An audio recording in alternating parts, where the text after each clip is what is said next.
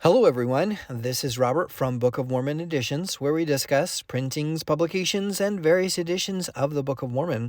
This video will answer a question of what it would take to replicate the 1830 edition of the Book of Mormon by hand in modern times.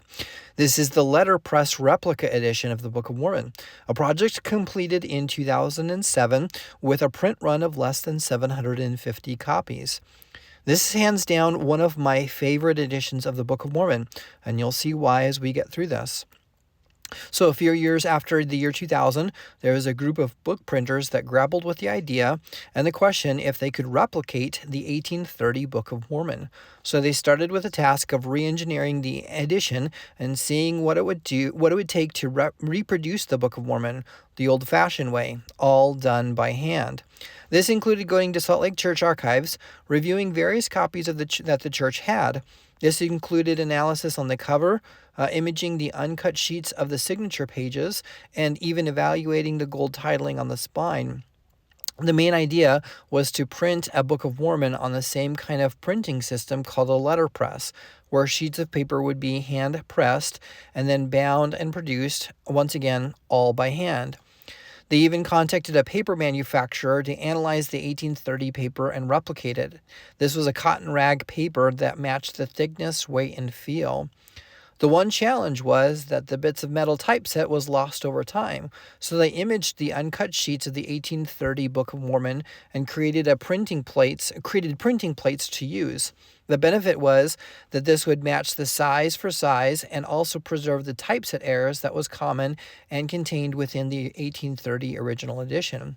Once printed, the bindery was done by hand with similar thread and stitching styles.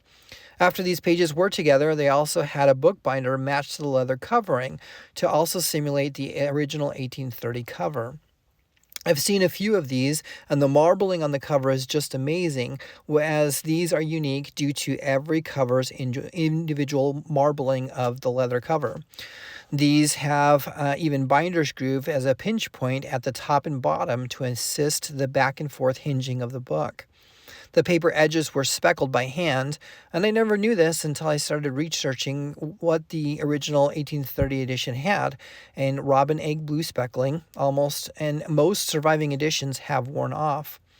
The spine is also worth noting, as it's known that the original 1830 edition had variations to the gold lettering on the spine. The letterpress creators deliberately varied the gold lettering to match these 1830 variations.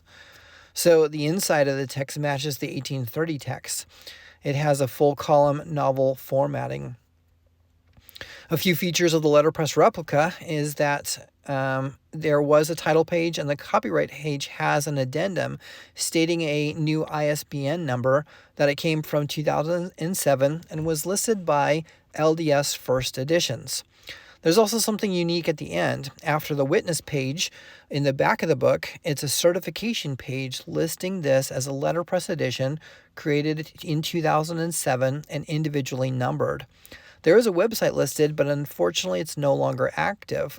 It seems the ldsfirsteditions.com domain was an online source for purchasing these and showcasing the details. However, I guess once the main batch of these were distributed, the website was no longer renewed. So continuing onward, while the book printers were creating this project, a gentleman by the name of David Hall requested about 147 reserved for him to purchase. In addition, he had pages of an original 1830 edition that he gave to the book printers to insert in as commemorative editions. Stephen Pinacker from Mormon Book Reviews gave details about his, which includes 2 sheets inserted in. This copy came from David Hall's commission, and I was excited to see Stephen's copy. It seemed that David Hall had his pages inserted into his 147 copies, and I would expect his set had about 2 pages apiece. I recorded an interview with Stephen Pinacker, and I'll post on this channel afterwards as well. I also learned that there was a batch of letterpress copies that was held back by the book printer for a while. The 1830 insert was an attractive feature, and the book printer added 1830 original pages to other copies outside of David Hall's commissioning.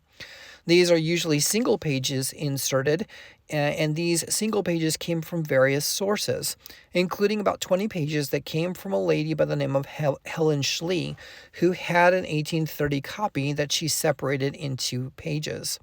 I recently did a video regarding Helen Schlee and her 1830 edition of the Book of Mormon and her project to separate her copy into individual pages.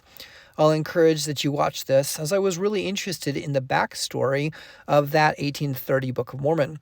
All in all, I was excited to find that some of her pages ended up in these letterpress editions after the fact. So feel free to see my other videos relating to this project, as I'm excited that there's a lot of content when it comes to this letterpress replica of the Book of Mormon. Included in David Hall's commission, there was a DVD and some other material that came with the replica book. There is a YouTube video that contains much of the DVD material, where it goes through much of the printing process of this letterpress replica. I'll post a link to that video in YouTube and in the description below. The letterpress replica comes from the same book printers as the 1830 Palmyra replica that is currently offered through online websites. This is a great replica also, and I did a review of this edition and once again encourage you to see that video.